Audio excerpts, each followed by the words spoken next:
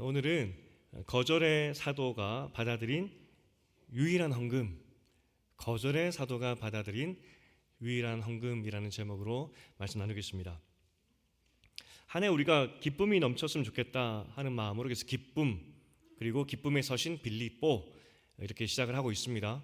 그런데 기쁨이라는 것이 하나님으로부터 받아 누리는 기쁨이긴 하지만 또 하나님께 기쁨이 되고 사람들에게도 기쁨이 되는 그 삶, 그게 또 우리에게 필요한 모습 아니겠습니까? 그래서 빌립보서를 통해서 어떻게 하면 하나님께 기쁨이 되는지를 지난주에 보았습니다. 빌립보에 굉장히 독특한 그 문화, 배경이 있다고 말씀드렸습니다. 20년 동안 군 복무하고 마친 로마 군인들이 만든 도시, 이렇게 보면 되겠습니다. 그런 특별한 문화 가운데 세워진 교회였는데 이 교회가 하나님께 기쁨이 되고 바울에게 기쁨이 됩니다.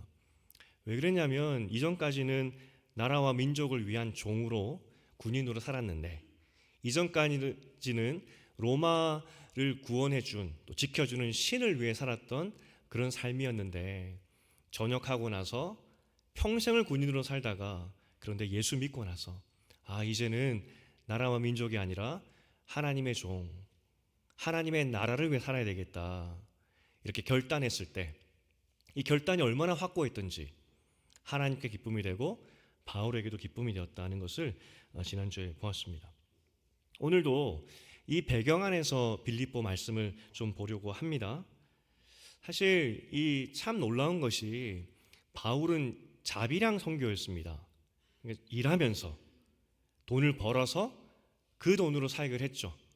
바울이 서신서 곳곳에서 이야기하기를 내가 얼마든지 사례를 받을 수 있었고 헌금을 받을 수 있었고 돈을 받을 수 있었지만 그러지 않았다는 겁니다. 내 권리를, 심지어 사도였기 때문에 당당하게 요구할 수 있었습니다. 그럼에도 받지 않았습니다. 거절의 사도죠. 하지만 유일하게 헌금을 받았던, 재정적 지원을 받았던 교회가 있었는데 그 교회가 빌립보 교회입니다. 희한하죠. 그래서 빌립보서를 쓴 목적도 여러 이유가 있지만 그 중에 큰 목적이 이 헌금에 대한 감사입니다. 나에게 재정적인 든든한 후원을 주어서 고맙다는 거죠. 그런데 문제는 왜 다른 교회 것들은 다 거절해놓고 빌립보 교회 것만 받았냐 하는 거죠. 섭섭하지 않겠습니까? 이번 작년에 대신방 기간이 있었죠. 그래서 성도님들 댁을 방문하면서 예배 드리는데 아무래도 가정수가 많기 때문에 점심 식사는 다음에 하겠습니다. 그렇게 양해를 구했습니다. 하지만 그래도 식사를 준비하신 가정들이 있었습니다. 그럼 제가 어떻게 해야 될까요?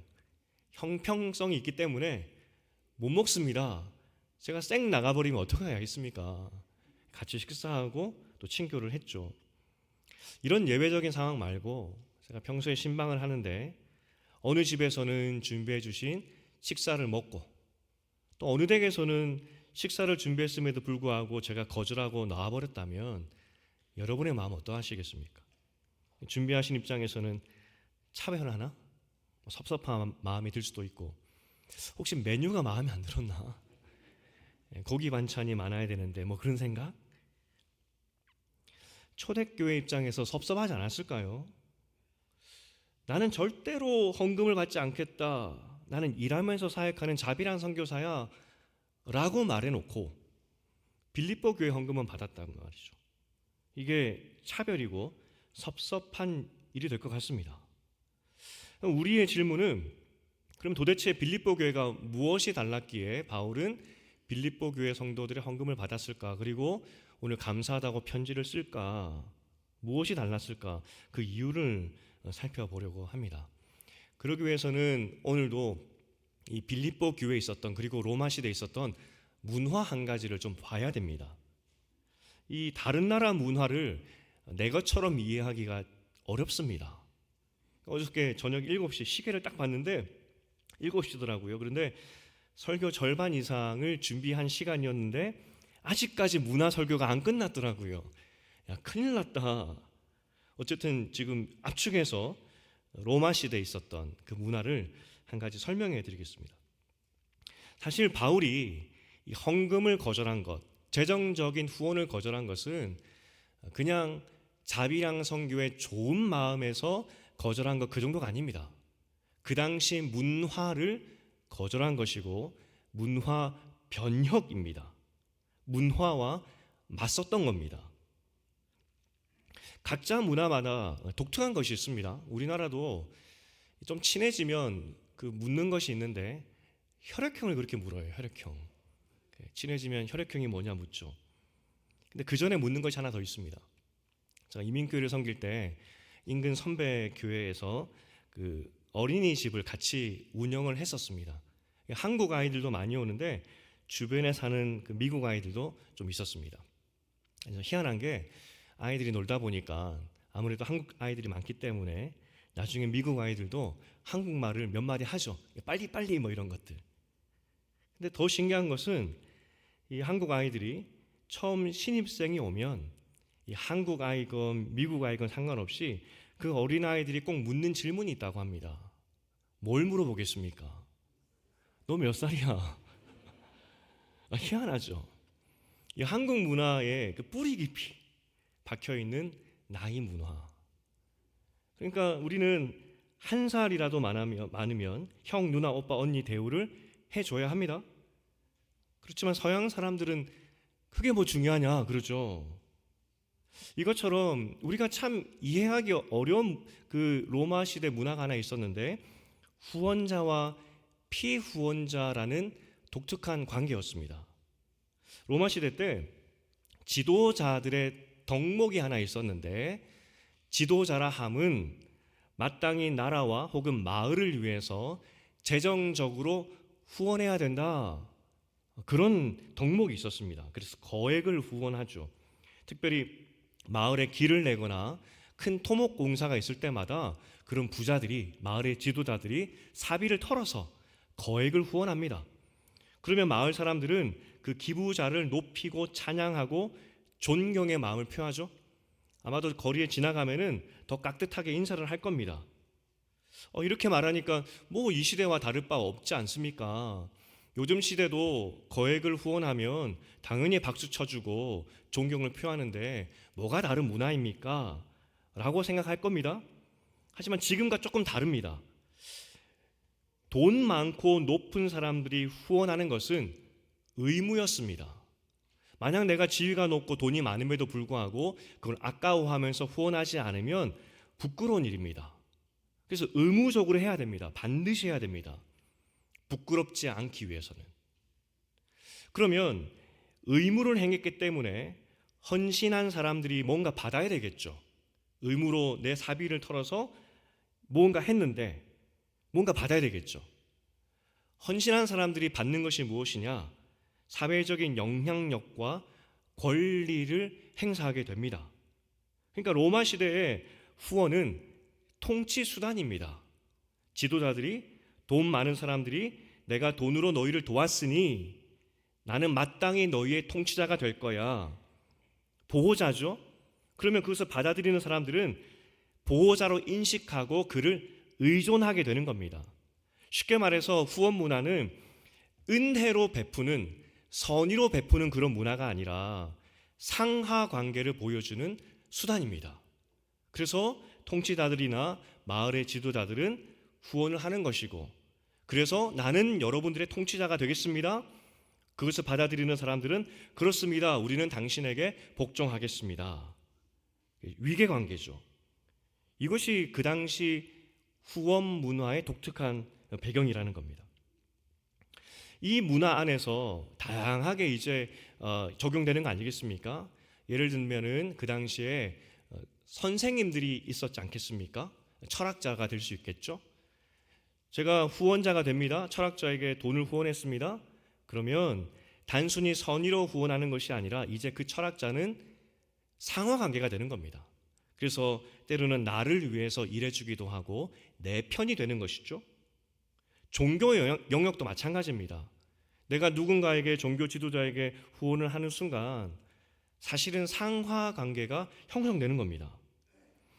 바울이 교회 헌금을 받았지 않은 이유는 아주 명백합니다. 단지 자비랑 선교가 좋아서, 그래서 성도들에게 본이 되기 위해서, 배를 끼치지 않기 위해서 그 정도 의미가 아니라, 아무리 성도들이 처음에는 좋은 마음으로 선의로 내가 바울 선생님을 위해서 헌금하겠습니다 라고 한다 할지라도, 그 당시 문화가 돈을 주는 순간, 그리고 돈을 받는 순간 그 문화 자체가 상하 관계가 되는 것이기 때문에, 그래서 바울이 받지 않은 겁니다. 바울이 교회를 한두 개 개척했겠습니까? 수십 개 개척했죠. 수십 개 교회들이 바울을 도우려고 했습니다. 얼마나 힘들게 사역하는지 알기 때문에 우리가 돕겠습니다, 우리가 돕겠습니다 했겠죠. 하지만 바울은 괜찮다고, 너희가 선의로 하는 것 알고 있지만 결국은 인간은 문화 안에서 사는 사람이기 때문에 그 마음이 변질되어서 상하 관계가 되어서 어느 순간 이 말씀 사역자가 아니라 너희 아래에 있는 말씀 사역자로 생각할 수 있기 때문에, 그 여지를 줄 수 있기 때문에 나는 받지 않겠다. 그래서 자비랑 선교를 선택한 겁니다. 이 돈 받지 않은 문제, 재정적인 후원을 받지 않은 문제가 실제로 문제가 됩니다. 고린도 교회에 큰 문제가 있었는데, 그 중에 한 가지 큰 문제가 바울의 사도권을 인정하지 않았습니다. 아니, 다른 교회는 다 바울을 하나님의 사도로 인정하는데 고린도 교회는 바울의 사도권을 의심합니다. 의심했던 여러 가지 이유가 있었는데, 그 중에 하나가 고린도 교회가 보냈던 헌금을 받지 않았기 때문입니다. 이거 무슨 소리냐 하겠죠. 고린도전서 9장 12절을 읽어보겠습니다. 고린도전서 9장 12절 시작. 다른 이들도 너희에게 이런 권리를 가졌거든 하물며 우리일까 보냐. 그러나 우리가 이 권리를 쓰지 아니하고 범사에 참는 것은 그리스도의 복음에 아무 장애가 없게 하려 함이로다. 사례를 받을 수 있다고 합니다. 다른 사람도 받고 있고 나도 받을 권리가 있다. 그런데 받지 않겠다는 겁니다. 그 이유가 뭐냐면 그리스도의 복음에 아무 장애가 없게 하려 함이다 이야기합니다. 받으면 복음을 전하는데 방해가 된다는 겁니다.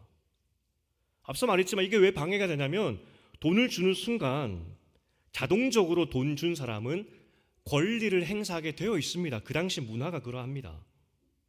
바울은 바른 복음을 전해야 하는데 어느 순간 말씀 사역자가 돈을 준 사람의 영향력 아래 들어가게 되는 것이죠.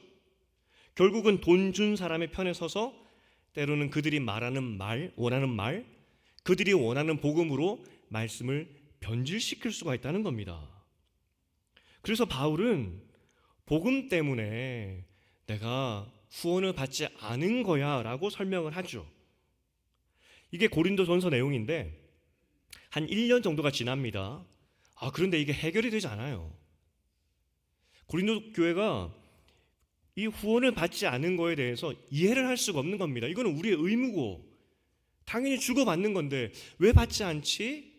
그러다가 고린도 교회가 무엇까지 생각하냐면, 바울이 가짜구나, 가짜이기 때문에 그래서 우리의 헌금을 받지 않는 거구나, 진짜면 당연히 받겠지, 가짜니까 안 받는 거 아니야? 뭔가 부끄러우니까 안 받는 거 아니야? 라고 의심하기 시작한 거죠. 그래서 고린도 후서 한 1년 정도 뒤에 쓰여진 고린도 후서 11장 7절에 이렇게 이야기합니다. 고린도 후서 시작. 내가 너희를 높이려고 나를 낮추어 하나님의 복음을 값없이 너희에게 전함으로 죄를 지었느냐. 바울이 참 답답했습니다. 내가 낮추었다는 것이 그 일을 하면서 복음을 전했던 허드렛 일을 했다는 그런 의미거든요. 내가 자비랑 선교를 한 것이, 그래서 너희에게 후원을 받지 않은 것이 이게 죄냐? 이게 잘못이냐? 이렇게 오히려 되묻는 것이죠. 후원을 받지 않은 것은 죄가 아니라는 겁니다. 이어서 11절에 이렇게 이야기합니다. 11절 시작. 어떠한 까닭이나 내가 너희를 사랑하지 아니함이냐 하나님이 아시느니라. 고린도 교회가 섭섭했죠. 당신이 우리를 사랑하지 않은 거 아닙니까? 그러니까 안 받는 거 아닙니까? 바울이 이야기합니다. 하나님 아신다고 나는 당신들을 사랑합니다. 하지만 고린도 교회는 이 후원과 피후원자의 관계 문화에 있었고 받지 않는 바울의 마음을 이해할 수 없는 겁니다. 바울이 이야기하죠. 내가 받는 순간 너희는 나를 을로 생각할 거야. 이게 문화야. 여러분, 이게 이해가 되십니까? 우리나라는 나이가 중요하다 그랬죠. 근데 어느 날 바울이 나타나서 나이가 무슨 상관이냐, 우리는 그리스도 안에서 다 똑같은 형제 자매야, 나이 필요 없고 다 말 놓고 지내자, 받아들일 수 있겠습니까? 사실 바울이 후원을 받지 않은 것은 그 당시 로마 사람들이 모두 가지고 있었던 문화를 맞선 싸움과 같은 겁니다. 설명을 해도 그런데 사람들이 이해할 수 없는 거죠. 집단의 생각이 이렇게 무섭다는 겁니다. 우리가 이 바울의 염려의 마음을 좀 바울의 입장에서 잘 생각을 해야 합니다. 성도들을 생각하여서 차라리 내가 욕먹더라도 바른 복음을 전하기 위해서 돈을 받지 않겠다. 이것이 바울이 자비랑 선교를 선택했던 이유입니다. 갑과 을의 관계를 만들지 않기 위해서. 그러면 다 안 받아야지 왜 빌립보 교회 헌금만 받았냐? 도대체 빌립보 교회는 뭐가 달랐기에 받았냐 하는 거죠. 다른 교회들은 순수한 마음에 주었다가 문화적 영향을 받아서 홀라당 갑과 을로 관계를 만들어 버릴 그런 위험한 사람들이고, 하지만 빌립보 사람들은 순수한 마음을 끝까지 지킬 수 있는 그런 신실한 사람들이기 때문에, 그래서 빌립보 성도의 헌금은 받았느냐? 빌립보 성도가 이렇게 특별하냐? 믿음이 좋냐? 하는 질문이 들게 되죠. 5절에 보니까 빌립보 성도들의 마음이 나옵니다. 5절을 함께 읽어보겠습니다. 시작. 너희가 첫날부터 이제까지 복음을 위한 일에 참여하고 있기 때문이라. 이 참여라는 단어가 굉장히 중요합니다. 코이노니아라는 단어인데 번역하면 동역입니다. 빌립보 교회가 바울에게 헌금을 했는데 이 로마 문화 안에서 통치나 영향력을 행사하기 위해서 주는 그 문화, 그런 마음에서 준 것이 아니라 말 그대로 수평적인 관계에서 동역하는 마음으로 헌금을 했다는 겁니다. 그리고 그렇게 사역을 했다는 것이죠. 이 동역이라는 의미가 중요한데 바울과 동거동락했다는 겁니다. 함께 했다는 겁니다. 그래서 이 함께 했다는 것이 7절에 나와 있는데 어떻게 동거동락했느냐, 7절을 함께 읽어보겠습니다. 시작. 나의 매임과 복음을 변명함과 확정함에 너희가 다 나와 함께 은혜에 참여한 자가 됨이라. 여기서도 참여했다는 단어가 똑같이 나오고 있는데 처음부터 끝까지 동력했다, 동참했다는 거죠. 감옥에 갇히든지 재판장에 서든지 언제든지. 동력이라는 단어는 그래서 한 몸이라는 겁니다. 빌립보 교회는 처음부터 바울과 한 몸이었다는 겁니다. 그러니까 후원을 받아도 상하 관계가 만들어지지 않는 거죠. 한 몸이니까. 같은 몸인데 같은 몸이 같은 몸을 도울 때 어떻게 통치와 또 피통치자가 될 수가 있겠습니까? 바울은 빌립보 교회를 한 몸으로 생각했고 동력자로 생각했고, 그래서 빌립보 성도들의 헌금을 받은 겁니다. 한 몸이니까. 그러면 빌립보 교회 성도들은 어떻게 한 몸으로 바울을 인식했지? 다른 교회 성도들은 한 몸으로 그렇게 인식하지 못했다는 거 아니겠습니까? 빌립보 교회는 도대체 로마 문화에 살고 있었는데 어떻게 바울과 동력자의 관계로 있었지? 하는 질문이 들죠. 이것도 빌립보 성도들이 경험했던 독특한 문화 안에서 설명을 해야 됩니다. 앞서 말했지만 빌립보 교회 자체가 퇴역한 군인들, 전역한 군인들이 만든 도시라고 했습니다. 20년 동안 군생활했습니다. 17에 입대하여서 30대 후반까지 군 생활했던 사람들입니다. 군대 문화에 너무나 익숙한 사람들이죠. 로마 군대를 이야기할 때 로마 군대가 강력했던 이유가 로마 군사의 어떤 무장, 훈련도도 중요했지만 로마가 강력했던 이유는 병참이라고 이야기합니다. 뒤에서 후원하는 거죠. 돕는 거죠. 로마 군대가 길을 열심히 뚫었던 이유도 그 전쟁에 있는 앞선 사람들을 후방에서 물자로 빨리빨리 지원하기 위해서 길을 뚫은 겁니다. 학자들은 군대 문화에 굉장히 익숙했다라고 봅니다. 실제 그러하고 빌립보 문서 자체가, 편지 자체가 군대 용어가 많다라고 말씀드렸습니다. 학자들이 이야기하기를 모든 로마 사람들은 후원의 관계를 갑과 을의 관계로 이해했겠지만, 하지만 빌립보 성도들은 평생을 군대에 있었던 사람들이고, 그렇기 때문에 이 후원의 관계를 단지 갑과 을의 관계로 보는 것이 아니라 동력의 관계로 이해했을 것이다. 군인의 마음으로. 로마는 앞에 서는 싸우는 군인이나 뒤에서 동력하는 돕는 군인이나 다 같이 싸우는 겁니다. 뒤에서 지금 바울을 돕지 않습니까? 이 빌립보 성도들의 입장에서 그들의 개념은 후원하는 것이 아니라, 내가 재정적인 여유가 있기 때문에 도와주는 것이 아니라, 최전선에 있는 바울과 함께 우리도 싸운다. 우리는 병참을 맡은 사람으로서 이 전쟁에 함께 참전하고 있다. 우리는 바울과 한 몸이다. 그래서 바울이 이야기하지 않습니까? 처음부터 너희는 나와 한 몸이었다. 빌립보 성도들은 바울의 사역을 단지 선교사가 가서 사역하는 개념으로 생각한 것이 아니라, 우리의 돕는 이 후원 자체도 바울의 사역과 이미 함께하는 한 몸으로, 그런 개념으로 이해했다는 겁니다. 실제 그래서 6절도 이 군대의 모습으로 해석을 합니다. 전쟁하는 모습이죠. 이 모든 싸움을 시작하신 하나님이 선두에 서서 완전한 승리를 이루시기까지 앞장서서 가신다. 그런 군인의 용어로 해석을 해야 된다는 겁니다. 빌립보는 전선에서 싸우는 바울과 함께 마음을 다해서 물질로 동참하고 있었던 겁니다.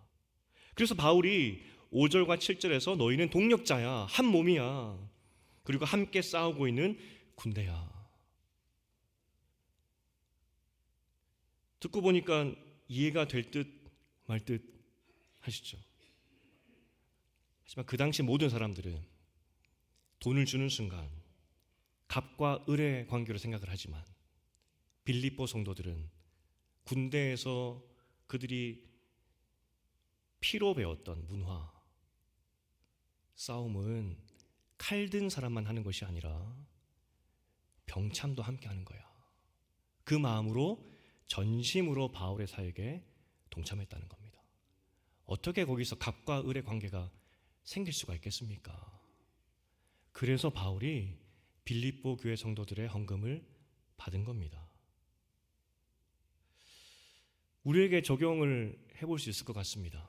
사실 로마 시대만큼 어떤 후원을 했을 때 갑과 을의 관계는 아니지만, 우리 마음에도 뭔가 우리가 헌신을 했을 때, 뭔가 더 했을 때 우리 마음에 주장하는 생각이 들게 됩니다.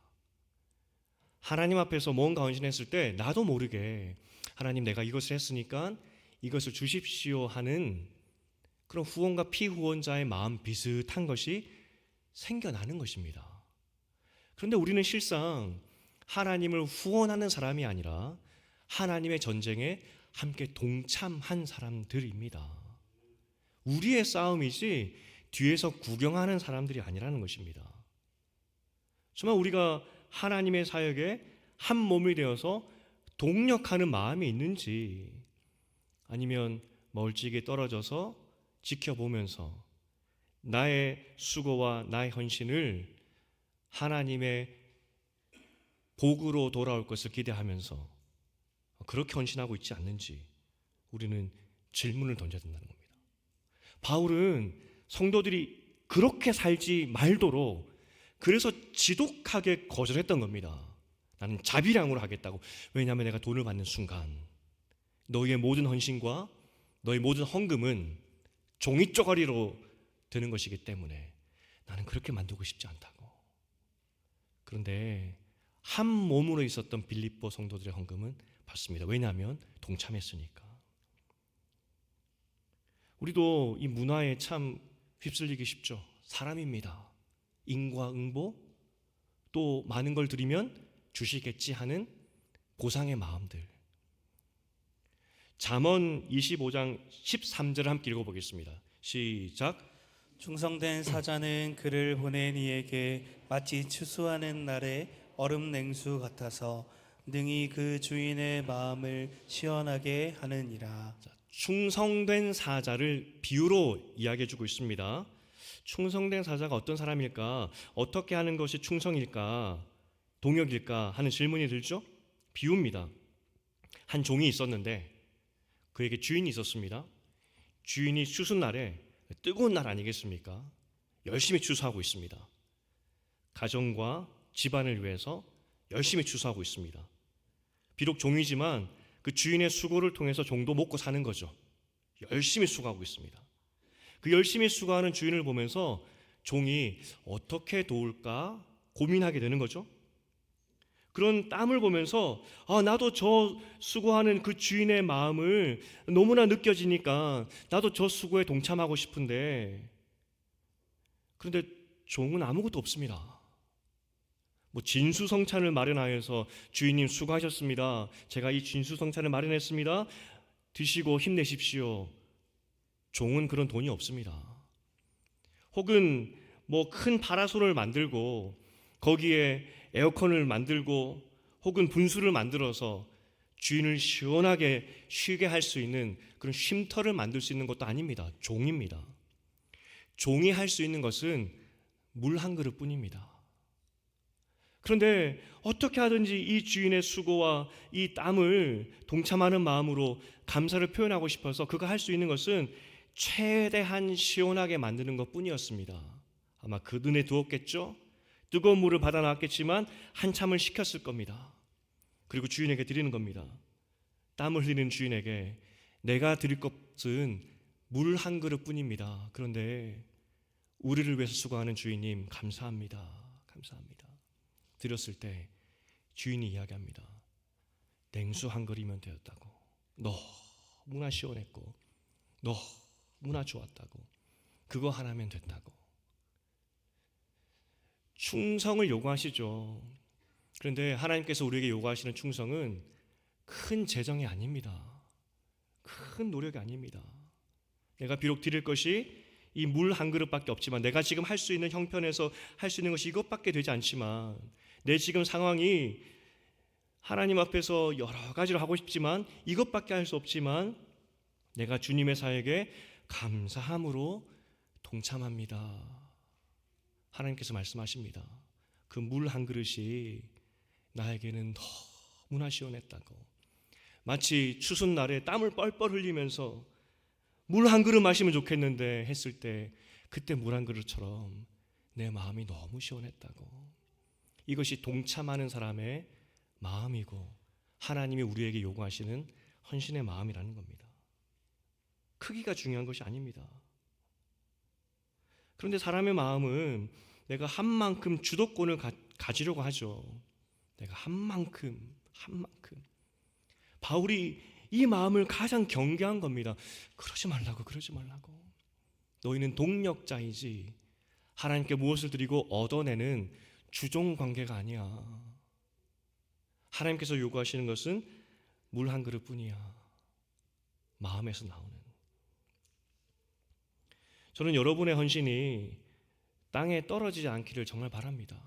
여러분이 헌금하시고 여러 가지로 봉사하시는데 이것이 땅에 떨어지지 않았으면 참 좋겠습니다.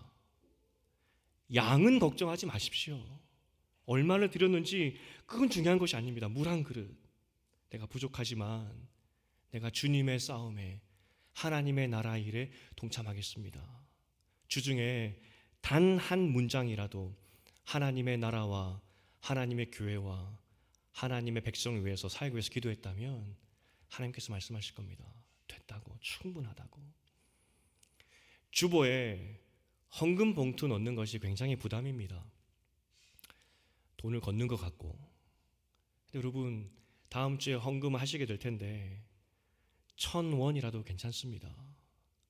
하나님께서 말씀하십니다. 동참하는 것이 중요하지 액수가 중요한 것이 아니라고. 우리 마음을 다해서 주님, 내가 이걸 드립니다. 하나님의 나라에 귀하게 쓰이기를 원합니다.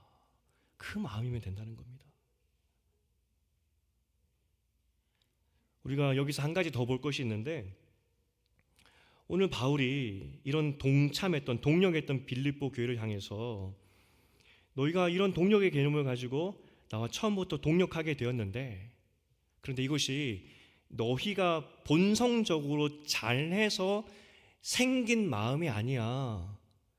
너희가 특별해서 생긴 마음이 아니라 하나님이 주신 마음이야. 정확하게 이야기하고 있습니다. 무슨 말이냐면, 사실 유일하게 예외 상황 아니겠습니까? 그렇기 때문에 빌립보 교회 마음 가운데에는 교만할 수 있는 겁니다. 와, 우리가 특별하구나. 야, 우리가 잘났구나 할 수도 있겠죠. 근데 바울이 이야기합니다. 너희 안에 착한 일을 시작하신 이, 동력의 사역을 시작하게 하신 이는 하나님이라고 말씀하시죠. 이 문화적인 관점에서 생각을 한다면 하나님께서 빌립보 성도들에게 특별한 경험을 하게 하셨습니다. 20년 동안의 군대 생활. 그런데 그 20년 동안의 군대 생활을 통해서 그들이 얻은 것이 무엇이냐면, 그 당시 모든 로마 사람들은 후원의 관계를 갑과 을의 관계로 이해하게 되었는데, 하지만 20년의 군대 생활을 통하여서 그들은 전혀 다른 개념을 가지게 된 겁니다. 후원은 갑과 을의 관계가 아니라 동참이야, 동력이야, 한 몸이야. 여러분, 이 경험을 누가 하게 하셨습니까?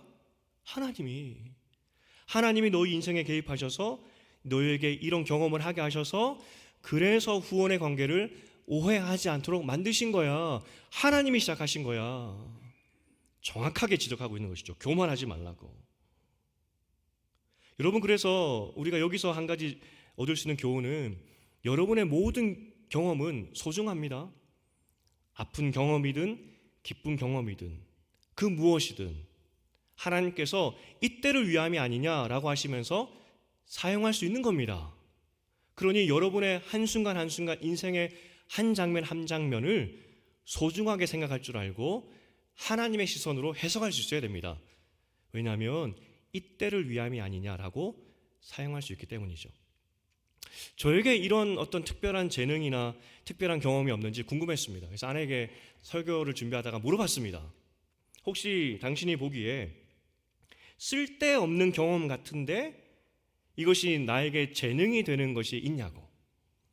쓸데없는 경험을 했는데 이것이 결국은 재능으로 바뀐 것 같은 것이 있냐고 제가 물었습니다. 잠깐 아내가 고민하더니 저에게 답을 주기를, 고기 굽는 거 그러더라고요. 제가 고기를 굉장히 잘 굽습니다. 근데 왜 잘 굽게 되었냐면, 군대에서 구웠거든요. 높은 사람 옆에서. 그랬더니 전역하고 나서 고기를 잘 굽게 되었습니다. 실제 저희 가족들이 깜짝 놀라더라고요. 왜 이렇게 고기를 잘 굽냐고. 쓸데없는 경험이었지만 지금은 그것이 저에게 재능이 되어서 가족들에게 기쁨을 주고 있죠. 이번에 새가족부 교사로 한 분이 지원하셨습니다. 선생님이신데, 근데 그분의 성품이, 원래는 새가족부라고 했을 때 그 새로운 사람들이 많이 오기 때문에 일단은 새로운 사람과 대화하는 것이 어렵지 않아야 되겠죠. 근데 그분이 말씀하십니다. 원래 성격으로는 새로운 사람과 대화하는 것이 저도 어렵습니다. 그런데 교사라는 직책으로 살다 보니까 학부모님들을 많이 만나게 되더라는 거죠. 그러다 보니까 새로운 사람을 만나는 것이 어렵지 않더라. 생각해 보니까 이 경험을 어디서 쓰지?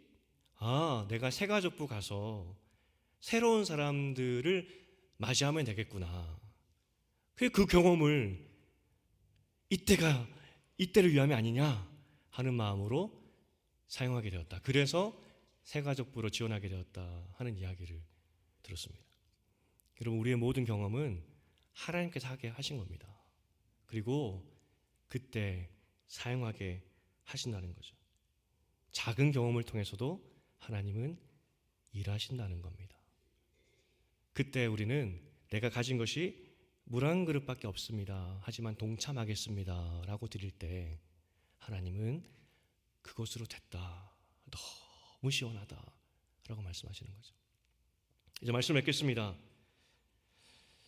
교회를 비유할 때 몸으로 비유합니다. 다양한 신체 부위가 있죠. 모두가 귀합니다. 하나님께서 각자에게 독특한 경험을 하게 하시고 보게 하셨습니다. 또 달란트도 다양하게 주셨죠. 이렇게 다양한 사람들을 모으게 하신 이유는 동력의 마음으로 하나님의 일에 동참하라고 우리를 이렇게 묶으신 겁니다. 나는 물 한 그릇밖에 없는데요. 하지만 내가 최선을 다하여서 감사한 마음으로 나 같은 사람을 불러서 하나님의 일에 동참하게 하시니 감사합니다 하는 마음으로 드릴 때 하나님께서 말씀하십니다. 추수 때 누구보다도 나에게 필요했던 시원한 물 한 그릇 준 사람과 똑같다라고, 귀하다고. 천국 가면 생각보다 여러분들 많은 칭찬을 들으실 겁니다. 그때 내가 나의 작은 헌신이, 그때 나는 물 한 그릇이라고 그냥 잊어버렸는데, 하지만 그 작은 수고와 작은 친절과 작은 베품이 하나님께는 냉수가 된 겁니다. 그래서 그 나라에 갔을 때 우리를 바라보시면서 나 그 다 봤다고, 다 기억하고 있다고. 생각보다 여러분 칭찬 많이 받을 거라고요. 축복하기는 올 한 해 살아가시는 동안에 하나님께 기쁨이 돼야 되는데, 기쁨의 방법은 양이 중요한 것이 아닙니다. 마음. 우리를 사용하시니 감사합니다.